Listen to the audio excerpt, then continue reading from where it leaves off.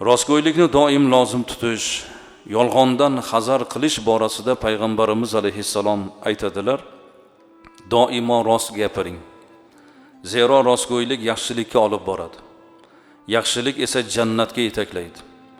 Kishi rost gapirishdan charchamasa, rost gapirishdan bardavom bo'ladigan bo'lsa, Allohning huzurida u siddiq deb yoziladi uning maqomi. Yolg'onchilikdan saqlaning, chunki yolg'on buzuqlikka yetaklaydi. Buzuqlik esa do'zaxga olib boradi. Kishi davomli yolg'on gapirsa, Allohning huzurida kazzob deb yozib qo'yiladi deb Imom Buxoriy rivoyatida Rasululloh marhamat qilyaptilar.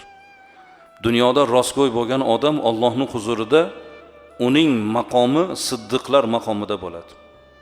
Dunyoda hamma yaxshi ishni qilgan, lekin bitta aybi bor. Aytadi-yu, bitta aybim bor, boyota deydi-yu. O'sha yolg'onchilik bo'lsa, u kazzob deb yozib qo'yiladi.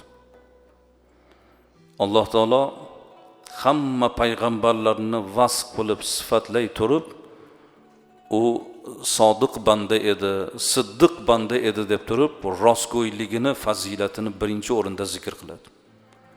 Shayton alayhi la'nana Fir'avnni malomat qilib, uning eng katta nuqsoni aybi yolg'onchi edi deb turib, Alloh kalomida payg'ambarimiz alayhissalom hadislarida marhamat qiladi.